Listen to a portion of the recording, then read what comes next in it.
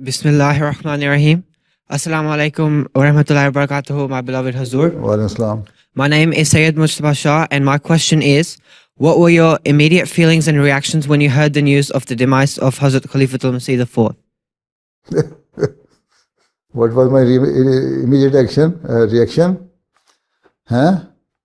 Did you ask this question from your father or mother? No. No?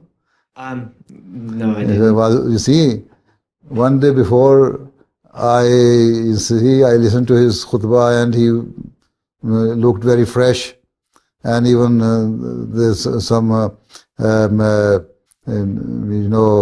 mulaqat, collective mulaqat in the evening in the mosque, and he seemed very fresh at that time.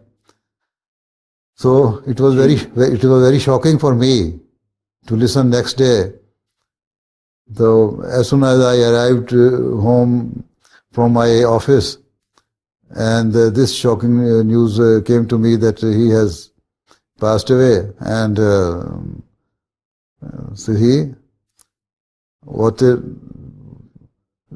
my reaction was the same as it should have been when your loved one passes away. What is your reaction? That was my reaction.